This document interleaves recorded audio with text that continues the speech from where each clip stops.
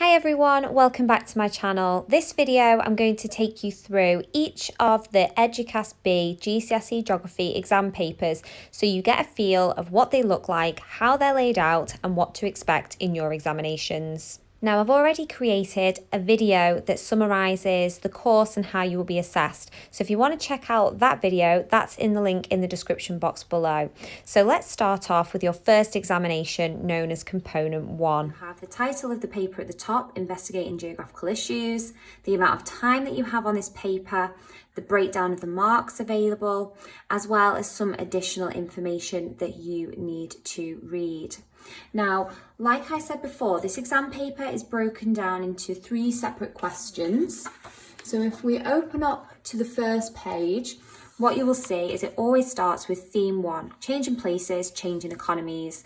And that means that all of these questions that follow in this first part are all based on either development issues, urban and rural challenges, or global cities. And as you make your way through the exam paper, you will start with some smaller base questions which will gradually increase in size, as we can see, to a 4-mark and to a 6-mark exam question. And then typically we would always love to see some maps. There might be some page breaks, okay, that you might have to pass over in the exam. And then typically each of the sections will finish with an 8-mark question. And this particular question for this examination had the 4 SPAG marks attached to it there. Now, once you've got your theme 1 out the way, this is then where we potentially would have another page break before beginning and looking at theme 2, which is changing environments. And again, all of these then questions that follow are all associated with theme 2. And these could be questions based on rivers, coasts, weather and climate, or climate change. So it depends what the examiner is actually wanting to include in this exam paper. So this particular exam paper focused on rivers, and as you can see, it starts with smaller questions, some skill-based questions there, before, if we continue through, we move into our larger answer questions, our 6-mark question, before again finishing off with a lovely 8-mark question. And typically your 8-mark questions will come with some figures that you need to study and use as well. And then finally, we would then finish off this exam paper looking at theme 3, your environmental challenges topic. And again, all of these questions that follow are going to be on either ecosystems, water resources and management, or desertification. And this particular paper focused on global water security. Again, some smaller questions, some skill-based questions before moving into larger questions, your 6-mark questions, and then finishing off with some resources that you need to then use for your 8-mark question. So that then completes the end of component 1.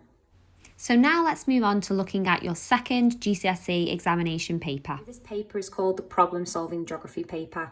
Typically 1 hour and 30 minutes is spent on this paper. It is broken down into various sections and parts. And again, you will always have your SPAG marks available there. Always additional information to read and get familiar with before we start. Now this paper is a little bit different because your component 2 paper will also come with a separate additional resource booklet, because this paper can be about any topic that you have studied. So it could be a theme 1 based paper, it could be a theme 2 based paper, or a theme 3 based paper. So they give you a component 2 resource folder to use. And again, this is the 2018 paper. And if we looked at the resource booklet first, what you will see inside is they give you some maps, pictures and information that you need to use in order to answer some of the questions in the exam. I must stress, these are not the answers, okay, but these are to help you answer the questions in as much detail as possible. You can't just copy from the resource booklet into the test. So when you then complete your component 2 examination, you always start with the first stage of broken into part A, B and C. So part A is typically giving you some basic knowledge that you've got to work through the resource booklet to answer some questions. So as you can see for part A, we start this particular paper with the cause and impacts of hurricanes, and we're working through some smaller questions here, okay, where we've got to do some skill analysis and read the figure. They will always direct you to the figure, so study figure 3, for example, on page 3 in the resource folder means we need to go to the resource folder, we need to turn to page 3, and we need to study the figures there, and this is figure 3 here, for example. So it's constantly, referring to the exam paper, referring to your resource booklet for this exam. Now, once you have then finished part A, okay, usually typically ends with a larger 6-mark question as well. There might be a page break again, and then you will move into your part B section, where again, you've got some information and you need to use the resource booklet again to work through those questions. And again, the questions increase in size, okay, like normal, to add that extra level of challenge. Now, your problem-solving geography paper will always finish with part C, and this is where you would have your decision-making part, where basically they've given you a situation and we need to try and solve it and come up with some solutions. And they always advise you spend about 25 minutes on this part. They always give you a planning page, which quite a lot of students don't tend to use. So the students that use this planning page, I have found as a GCSE examiner, tend to get higher marks in the exam. So that's something to be mindful of there. Now, part C is always your largest answer question. It's always worth 12 marks, and there will always be 4 SPAG marks available there. And usually this question will cover a couple of pages where you have to write your decisions, why you've chosen certain options. And again, this is all about using the resource booklet. So for this particular exam, it was all about hurricanes and ways of reducing hurricanes. And then you would have had to go through all of these separate ideas and basically write up for this last question, which one's the best. And again, that is your component 2 exam paper with your resource booklet there. So your third and final examination paper is known as the component 3 exam. This is your applied fieldwork inquiry exam, typically 1 hour and 30 minutes. This is the exam paper that basically replaced coursework quite a few years ago now. So there's no coursework in EDUQAS Specification B. It is an examination. And again, we have a breakdown of marks available here, and we have the various parts of our question as well as 4 SPAG marks available.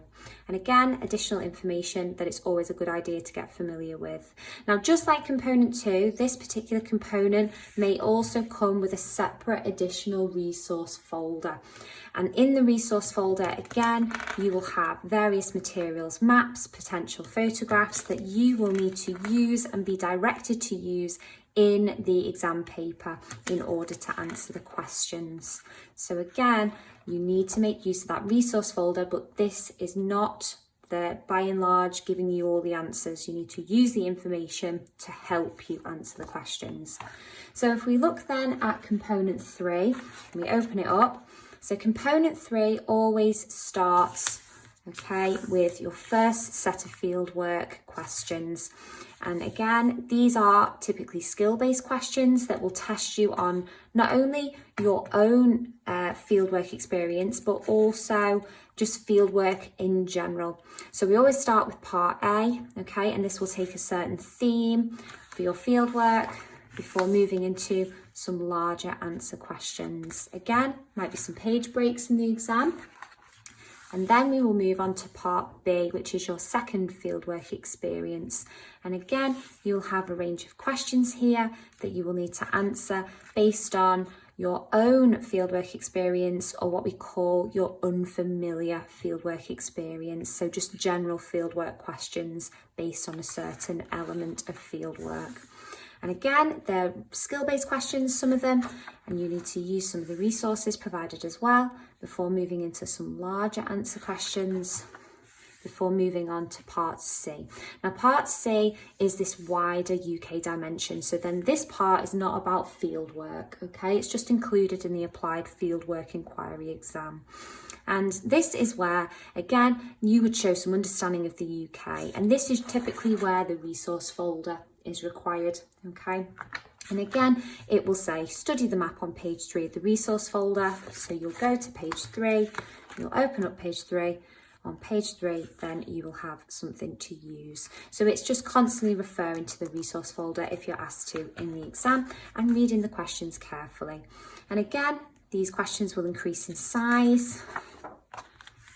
You will have some skill-based questions, so some maps and some graphs potentially to analyse before moving into your potential situation, and then some type of, again, like decision aspect question, which again is worth 12 marks. So this particular section is very similar to your component 2 section, where you've given a situation and you're basically trying to make a decision, and there would always be 4 SPAG marks available here in order for you to show off your amazing literacy skills, and then the 12 marks available for the geography knowledge. And that then completes your component 3 exam. So, as always everybody, thank you so much for watching. I hope you found my videos useful. If you do, please like and subscribe, and I'll see you next time.